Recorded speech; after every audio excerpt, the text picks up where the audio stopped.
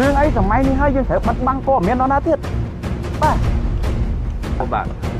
អរគុណប្រិយមិត្តជាទីមេត្រីដូចខ្ញុំបានជម្រាបប្រាប់បងប្អូនជនរួមជាតិទាំងក្នុងនិងក្រៅប្រទេសឲ្យបានដឹងមកហើយថាបើសិនជាក្រុមការងារ SBT អង្គភាពសារព័ត៌មានផ្នែកហេតុជាតិមិនមកយកព័ត៌មានក៏ព័ត៌មានទាំងអស់នេះជ្រាបទៅដល់បងប្អូនទាំងក្នុងនិងក្រៅប្រទេសរួចស្រេចទៅហើយសម័យនេះគឺជាសម័យព័ត៌មានវិទ្យាសម័យ IT ព័ត៌មានវិទ្យាប្រវត្តិម្នាក់គាត់មានទូរស័ព្ទម្នាក់គាត់អាចថតជួនកាលខ្ញុំនឹងមកក្រោយវិទ្យាប្រវត្តិបាទ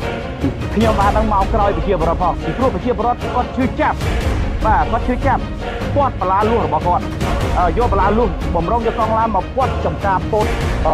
ចំការអំពៅរបស់គាត់បាទជួថាគាត់ឈឺចាប់បាទគឺគាត់គេយកមកបងប្អូនឃើញបតាយបន្តនេះហើយអញ្ចឹងសូមឲ្យបងប្អូនយល់ថាហើយខ្ញុំបាទធ្វើសារព័ត៌មាននេះខ្ញុំមិនមានការជេរប្រមាថពាក្យណាមួយម៉ាត់យើងមិនប្រើពាក្យសម្ដីអសុរោះតែគួរបោកបោកនៅក្នុងការរាយការណ៍ព័ត៌មាននេះទេបាទនៅយើងនៅតែគោរពវិជ្ជាជីវៈយើងសួរថាហេតុអីបានមិនឲ្យយើងធ្វើការផ្សាយខ្ញុំសួរថាហេតុអីបានមានជនមួយចំនួនមិនឲ្យខ្ញុំធ្វើការផ្សាយនោះមិនឲ្យខ្ញុំយកព័ត៌មានបាទតើ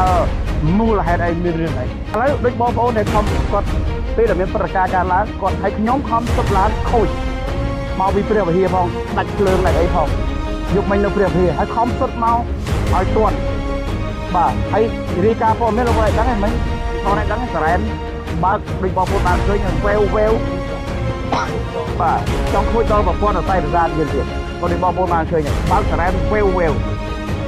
បងប្អូនទាំងអស់នេះក៏គេដឹងគ្រប់គ្នាដែរបាទរលកពលេងមួយ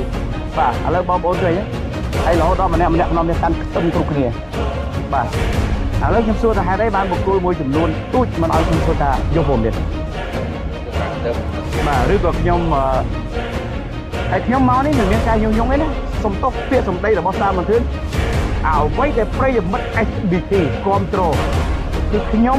ចុះបើសិនជារឿងកើតឡើងខ្ញុំអង្គុយនៅក្នុងមុំសួរថាបងប្អូនបានដឹងព័ត៌មានអញ្ចឹងខ្ញុំគឺអ្នកខ្សែទៅហើយអញ្ចឹងខ្ញុំត្រូវតែជួគោធ្វើស្រែទៅរ